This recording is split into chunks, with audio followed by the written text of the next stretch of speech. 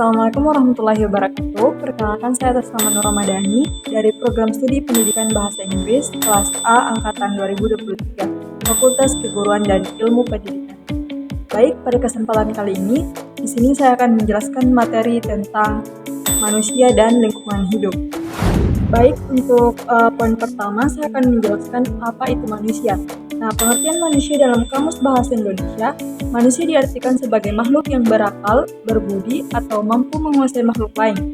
Merujuk pengertian ini, maka dapat dikatakan bahwa manusia adalah makhluk Tuhan yang diberi potensi akal dan budi, nalar dan moral untuk dapat menguasai makhluk lainnya demi kemakmuran dan kemaslahatannya. Manusia adalah makhluk yang hidup dapat dilihat dari dua sisi, yaitu sebagai makhluk biologis dan makhluk sosial. Sebagai makhluk biologis, manusia sama seperti makhluk hidup lainnya yang mempunyai peran masing-masing dalam menunjang suatu kehidupan. Sebagai makhluk sosial, manusia merupakan bagian dari sistem sosial masyarakat. Baik, untuk poin kedua yaitu manusia dan lingkungan hidup. Lingkungan hidup adalah hubungan timbal balik antara makhluk hidup termasuk manusia dengan faktor alam. Undang-Undang Nomor 23 Tahun 1997 mendefinisikan lingkungan hidup sebagai kesatuan ruang dengan semua benda, daya, keadaan, dan makhluk hidup yang mempengaruhi keberlangsungan perkehidupan dan kesejahteraan manusia. Ekosistem adalah tatanan unsur lingkungan hidup yang membentuk keseimbangan stabilitas dan produktivitas. Lingkungan hidup terdiri dari berbagai proses ekologi dan merupakan suatu kesatuan. Proses ini merupakan siklus yang dapat mendukung lingkungan hidup itu sendiri.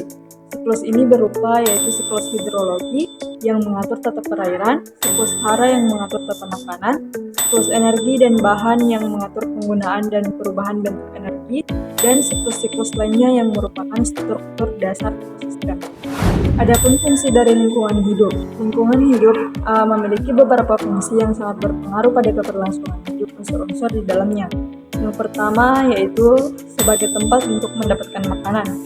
Lingkungan hidup menjadi sumber untuk mendapatkan makanan guna memenuhi kebutuhan. Dengan demikian, kehidupan makhluk hidup di dalamnya dapat berlangsung dengan baik.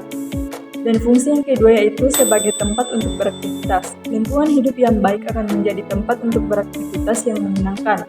Sebagai makhluk sosial, manusia pasti berinteraksi dengan orang lain sehingga membutuhkan tempat yang layak untuk melakukannya. Adapun fungsi yang ketiga yaitu sebagai tempat untuk tinggal. Lingkungan hidup dapat menjadi tempat tinggal yang nyaman dan aman bagi makhluk hidup.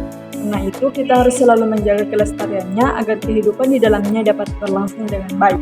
Baik, untuk poin ketiga yaitu macam-macam lingkungan hidup. Lingkungan hidup terbagi menjadi dua macam, yaitu lingkungan hidup alami dan lingkungan hidup buatan. Lingkungan hidup alami adalah lingkungan yang terdiri atas unsur abiotik, unsur biotik, organisme kecil, dan segala kondisi yang bekerja secara dinamis tanpa ada campur tangan manusia. Lingkungan ini terbentuk karena proses alam. Di lingkungan hidup alami akan terjadi interaksi yang membentuk satu kesatuan sehingga disebut dengan ekosistem. Lingkungan hidup alami ini dibagi lagi menjadi dua macam. Yang pertama adalah lingkungan hidup di air.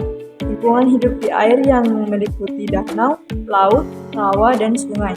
Dan yang kedua adalah lingkungan hidup di darat yang meliputi bukit, gunung, hutan, lembah, dan padang rumput. Kemudian yang kedua yaitu lingkungan hidup buatan. Lingkungan hidup buatan adalah lingkungan yang sengaja dibentuk oleh manusia dengan menggunakan teknologi. Salah satu contohnya yaitu lingkungan hidup buatan manusia adalah jalan, perkampungan kawasan industri seperti sekolah dan taman. Baik, untuk poin terakhir yaitu pengaruh manusia pada lingkungan hidupnya. Manusia memiliki pengaruh yang signifikan terhadap lingkungan hidupnya. Berikut beberapa poin penting. Yang pertama yaitu kerusakan hutan. Salah satu pengaruh dari kegiatan manusia terhadap lingkungan alam adalah kerusakan hutan. Deforestasi dan illegal logging oleh manusia menyebabkan kerusakan habitat, perubahan iklim, dan kehilangan keanekaragaman hayati. Yang kedua yaitu pemanfaatan sumber daya alam. Manusia memanfaatkan sumber daya alam seperti air, bahan bakar, kayu bakar, dan mineral dan lain-lain untuk memenuhi kebutuhan hidupnya. Hal ini memiliki dampak positif dan dampak negatif.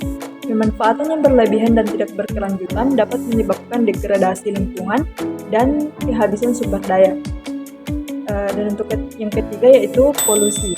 Kegiatan industri dan transportasi manusia menghasilkan polusi udara, air, dan tanah yang merusak kualitas lingkungan dan dapat berdampak pada kesehatan manusia dan ekosistem lainnya. Dan yang terakhir yaitu perubahan ekosistem. Kegiatan manusia seperti pembangunan infrastruktur dan perubahan penggunaan lahan dapat mengubah ekosistem dan merusak habitat hewan dan tumbuhan. Baik, mungkin itu saja yang bisa dapat saya sampaikan.